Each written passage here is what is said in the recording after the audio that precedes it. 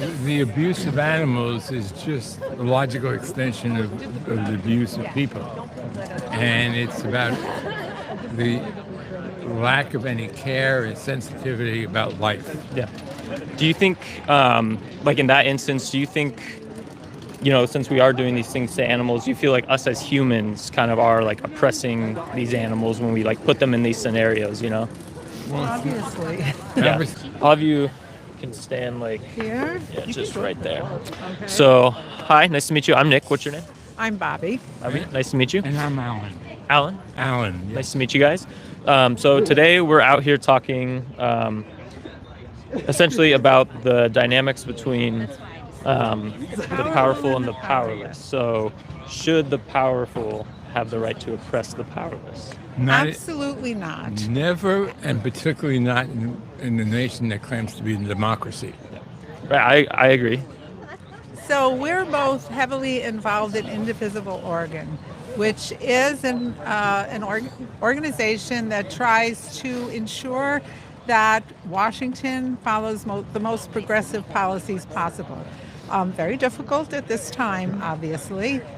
So we put pressure on our senators and representatives to work for their constituents because we believe that they serve us, we do not serve them. And serving us means that they consider all of our needs, what ordinary people need, and not what the rich and powerful need. And under the Trump administration, the inequities in that society, which had always been great, have expanded enormously.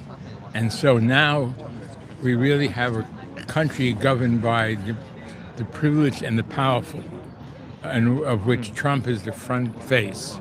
We're basically living in an oligarchy, and the government is being used to take money from the poor and the middle class and give it to the ultra rich. And we believe that is completely inappropriate. That is not what our country should stand for. And the idiots who voted for Trump the last election probably deserve everything that they're getting, but I still feel sorry for them.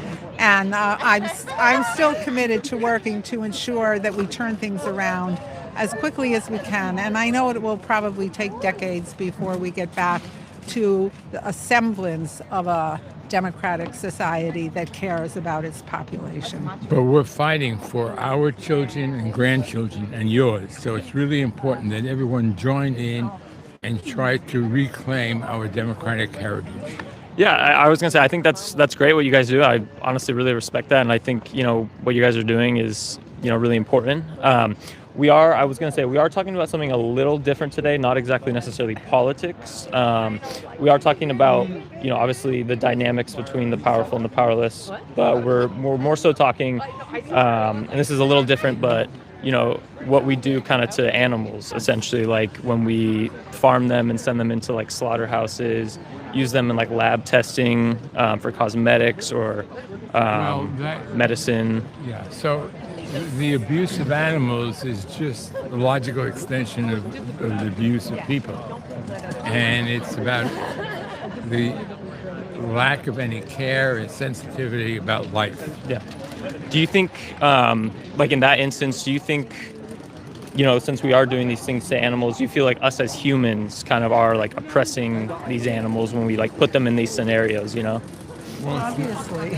Obviously, but it's not all humans. Again, it's the rich and the powerful who are doing this. Right. I mean, not obviously, there's like obviously criminal animal abusers, who like intentionally and deliberately abuse animals. I'm talking about people who profit from the abuse of animals. Right. Yes. Slaughterhouses. And Do you think, but like us as like individual consumers, like right with our dollar. So like, for example, like the animal agriculture industry, like it's an industry that relies on like supply and demand.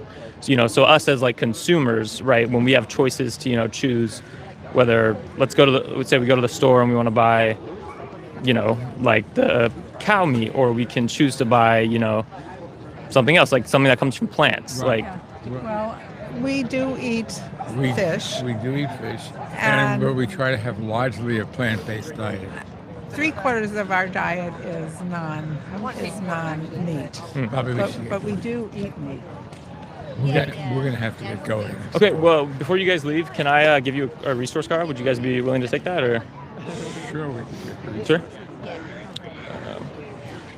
Do you guys each want one, or just One. One is fine. one? Okay. So this is just this is kind of like our it goes to our website, like what we're doing. We're live on YouTube, but this will take you to like our website. It's called antianimaluse.org, and it just kind of shows.